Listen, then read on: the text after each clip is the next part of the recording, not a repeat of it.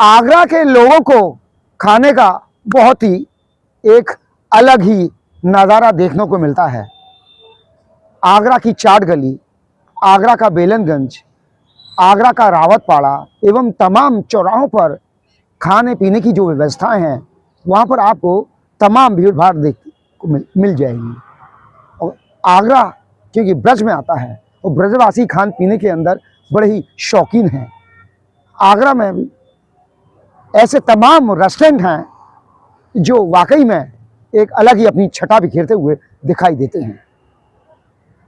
सन 2024 के अंदर एनसीआर यानी कि नॉर्थ सेंट्रल रेलवे द्वारा एक ऐसा प्रोजेक्ट शुरू किया गया था जो कि रेल कोच के रूप में एक अपने आप ही आयाम स्थापित करता, लेकिन करीब 6 महीने के अंदर ही उसने दम तोड़ दिया।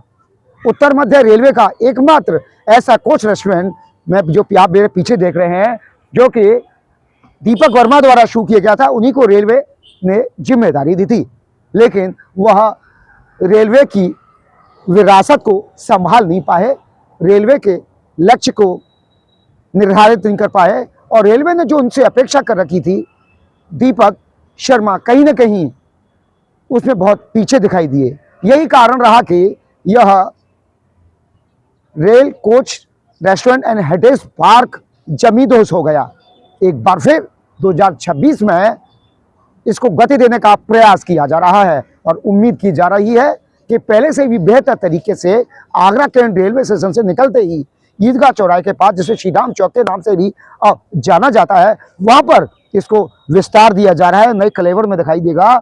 और आप देख सकते हैं कि जब ये बनाया जाता, इसकी छटा अलग ही दिखाई देती थी और यहाँ पे जो कुर्सियाँ थी, यहाँ पे जो अलग अलग तरीके से लोगों ने व्यंजन परोसे जाते थे और यहाँ पर हर तरीके के व्यंजन परोसे जाते थे, लेकिन आज यह सिर्फ एक नाम मात्र का डिब्बा रह गया है। यहाँ पर कुछ भी देखने को नहीं मिलता। यहाँ पर हर तरीके की व्यवस्था थी, खाना पीना, चाइनीज फूड, और यहाँ पर शौचालय भी था, हाथ धोने की भी व्यवस्था थी, सारी चीजें यहाँ पर उपलब्ध कराई गई थी और लंबे समय से इस पर मांग चल रही थी। आगरा के लोगों की भी मांग थी, रेल यात्री भी अगर यहाँ से गुजरे हैं तो वह भी यहाँ से लुत्फ उठाकर निकले। और आगरा के लोगों को, क्योंकि सदर बगल में ही है, ये सदर क्षेत्र में ही आता है, तो यहाँ पर लोग तमाम खाने पीने के शौकीन हैं।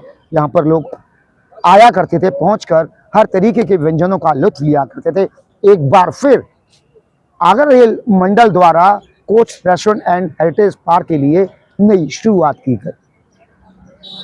उत्तर मध्य रेलवे आगरा रेल डिवीजन की जनसंपर्क अधिकारी प्रशस्त श्रीवास्तव ने जब हमसे बात की और इस पूरे प्रोजेक्ट को लेकर बताया, इसके साथ ही आगरा रेल डिवीजन 2026 में क्या क्या करने जा रहा है उस पर भी हमने उनसे चर्चा की। प्रशस्त श्रीवास्तव ने हमारे साथ बेबाकी के साथ में बहुत कुछ बताया। मुझे लगता है आपको निश्चित तौर पर यह जानना चाहिए कि 2026 में रेलवे आगरा मंडल में क्या करने जा रहा है। तो मेरे साथ जानिए प्रशस्त श्रीवास्तव ने क्या कहा। जय हिंद दोस्तों, जिस तरीके से 2025 के अंदर रेलवे ने तमाम कीर्तिमान स्थापित किए हैं, आगरा मंडल की बात करें तो आगरा में भी लगातार भारतीय रेलवे नए नए प्रतिमान गढ़ रही है। हमारे साथ हैं आगरा रेल मंडल की जनसंपर्क अधिकारी प्रशस्त श्रीवास्तव, उनसे जानेंगे 2026 को लेकर क्या तैयारी है और जिस तरीके से 2025 में जो खत्म हुआ, जो नहीं हो सका, उसको लेकर हम चर्चा करेंगे। मतलब जिस तरीके से आगरा रेल मंडल लगातार प्रगति पर आगे बढ़ रहा है, रेल मंत्री अश्विनी वैष्णव भी आगरा रेल डिवीजन पर ध्यान दे रहे हैं, क्योंकि इसमें मथुरा भी है, मोहब्बत का शहर आगरा, ताजमहल भी है, तो इसको लेकर क्या डेवलपमेंट है मैम अभी? आगरा मंडल ने 2026 में आगरा, मथुरा और अन्य शहरों के लिए काफ़ी सारे रेलवे इंफ्रास्ट्रक्चर और रेलवे सर्विसेज के प्रोजेक्ट्स हमने प्लान किए हैं। अगर हम सर्विसेज की बात करें तो कोच रेस्टोरेंट जो आगरा कैंट में है, इसको दोबारा से कॉन्ट्रैक्ट अवार्ड कर दिया गया है। इसमें रेलवे को लगभग 13 लाख प्रति वर्ष की आय भी अर्जित होगी और यात्रियों के लिए एक नई सुविधा हम इसमें दे पाएंगे। इसके अलावा सुरक्षा की दृष्टि से पार्सल स्कैनर की डिमांड रहती थी। पार्सल स्कैनर का जो प्रावधान है वो भी आगरा कैंट पे कर दिया गया है। इसको अर्निंग मॉडल में आगरा मंडल ने 11 लाख रुपए प्रति वर्ष की आय के साथ आगरा कैंट पे जल्द ही ये सुविधा भी शुरू हो जाएगी। मैडम, जिस तरीके से रेलवे लगातार कीर्तिमान स्थापित कर रहा है, नए इंफ्रास्ट्रक्चर खड़े की जा रहे हैं, रुई की मंडी एक ऐसा वहाँ पर तीन पुल बनाए जा रहे हैं, वो काफ़ी धीरे कचू की दिक्कत से चल रहा है। हो सकता है समय लगता है हर चीज़ के अंदर, वो कब तक पूर्ण हो पाएगा, क्योंकि वहाँ से लगभग लाखों की संख्या में आवागमन होता है लोगों का। जैसा कि हमने पिछले वर्ष भी बताया था, आगरा मंडल ने आगरा शहर को एलसी क्रॉसिंग फ्री करने का एक प्रण लिया था। इसी के अंतर्गत रुई की मंडी पे जो आरओबी का निर्माण चल रहा था, उसमें काफ़ी तेज़ी है। इसका टारगेट दिसंबर 2026 का है। तो आगरा मंडल का यही प्रयास है कि इस साल के अंत तक ये आरओबी बन जाए और जो जाम और ट्रैफिक की समस्या है, उससे थोड़ी राहत मिले। मैडम, क्योंकि सर्दियों का समय है, उत्तर भारत में कोहरा रहता है, कवच एक ऐसी प्रणाली है जो आगरा रेल मंडल के अंदर ही सौगात दी गई है। तो कवच प्रणाली कब तक पूर्ण रूप से सभी ट्रेनों में आ पाएगी? कवच प्रणाली को लेके आगरा मंडल में मथुरा से पलवल तक का सेक्शन जो है, उसमें कवच वर्जन 4 कमीशन हो चुका है। जितने लोकोज हमें कवच के साथ इनेबल्ड मिल रहे हैं, उसमें ये काम शुरू हो गया है। कवच की वर्किंग अब हम कुछ लोकोज में देख पा रहे हैं और जल्दी ही लगभग सभी लोकोज आने वाले 1-2 सालों में कवच के लिए इनेबल्ड हो जाएंगे। इसके अलावा नए साल में एक और जो इम्प्रूवमेंट होगा वो ये होगा कि मथुरा से आगे भूतेश्वर तक का जो सेक्शन है, उसमें भी कवच प्रणाली पे काम तेजी से शुरू किया जाएगा और ऐसे करके हम पूरे आगरा मंडल को कवच में कवर कर पाएंगे। मैडम, जैसा कि पीएम मोदी ने जो वंदे भारत है उसको स्लीपर मोड में लेके आ गए। आगरा से भी वंदे भारत कई सारी गुजर रही हैं, लेकिन स्लीपर नहीं है। उम्मीद करते हैं आगरा वासी और आगरा रेल डिवीज़न के जो जितने भी स्टेशन हैं कि वंदे भारत ट्रेनें और भी आएंगी, साथ में स्लीपर भी की कोई उम्मीद भारत आगरा के लोग कर सकते हैं, आगरा मंडल के लोग कर सकते हैं? देखिए, जैसे हमने वंदे भारत के रोल आउट को लेकर देखा है, एक वंदे भारत के बाद इंडियन रेलवेज ने बहुत तेज़ी से वंदे भारत रोल आउट करी हैं और पिछले ही साल में आगरा मंडल को 3 वंदे भारत हमें मिल गई हैं, जहाँ की पहले एक भी नहीं हुआ करती थी। तो इसी तरह से हम उम्मीद करते हैं कि जब वंदे भारत स्लीपर रेक्स को रोल आउट किया जाएगा, तो जल्दी ही मतलब एनसीआर को भी और आगरा मंडल में भी किसी रूट पे इनके मिलने की संभावना रहेगी। इंफ्रास्ट्रक्चर के साथ साथ सुरक्षा, यात्रियों की सुरक्षा एक बड़ा मजबूत मुद्दा हमेशा से रहा है रेलवे का। आगरा रेल डिवीज़न की बात करें तो यहाँ पर किस तरीके से महिलाओं की सुरक्षा को लेकर और यात्रियों की सुरक्षा को लेकर काम किए जा रहे हैं?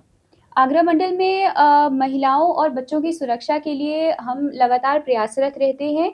आरपीएफ द्वारा इसके लिए स्पेशल अभियान भी चलाया जाता है। इसमें यात्रियों के सामान के लिए ऑपरेशन अमानत, छोटे बच्चों को उनके घर पहुंचाने के लिए, जो अकेले फीमेल ट्रैवलर्स हैं उनकी सुरक्षा के लिए अलग-अलग तरीके से लगातार अभियान चलाते रहते हैं। साथ ही लगातार टिकट चेकिंग और आरपीएफ की कंबाइंड जॉइंट ड्राइव्स भी चलाई जा रही हैं, जिससे यात्री सुरक्षा, एसीपीज और बिना टिकट ट्रैवल तीनों चीज़ों पे फोकस कर सकते हैं। मैम, आखिरी सवाल मैम, लोग आगरा कैंट से निकले हैं तो उनको लजीज व्यंजन मिल सके। यहाँ पर पहले कोच एंड रेस्टोरेंट था जो कि एक रेल डिब्बे के रूप में था, बहुत शानदार चला, किसी कारण वो बंद हो गया। उम्मीद की जा रही है कि दोबारा वो शुरू हो पाएगा, लोग यात्री हों या शहर के लोग वहाँ पर लजीज उनका लुत्फ ले पाएंगे। जैसे कि मैंने स्टार्टिंग में बताया था, कोच रेस्टोरेंट को अभी रिसेंटली नया कॉन्ट्रैक्ट अवार्ड किया गया है और हम उम्मीद करते हैं कि आने वाले कुछ महीनों में कोच रेस्टोरेंट फंक्शनल हो जाएगा और आगरा कैंट पे यात्री इस सुविधा का फायदा उठा पाएंगे। देखा किस तरीके से आगरा रेल डिवीज़न नहीं, ये देश के अंदर गतिमान एवं तमाम इंफ्रास्ट्रक्चर लगातार खड़ा होता हुआ दिखाई दे रहा है। और आगरा रेल डिवीज़न की बात करें तो यहाँ पर भी तमाम रेलवे द्वारा सौगातें दी जा रही। कवच एक ऐसी प्रणाली जो रेलवे को सुरक्षा देने का इंतजाम करती है, तो वहीं जब यात्री यहाँ से निकलेंगे तो उनको लजीज व्यंजन मिल सकें, उसके लिए भी यहाँ पर व्यवस्था की जा रही है। ईदगाह बस अड्डे के पास ही आगरा कैंट से निकलते ही वहाँ पर एक रेल कोच रेस्टोरेंट की भी व्यवस्था की जा रही है। जल्दी उस पर काम होता हुआ दिखाई देगा। अपने साथी सत्येंद्र के साथ प्रदीप रावत, आगरा।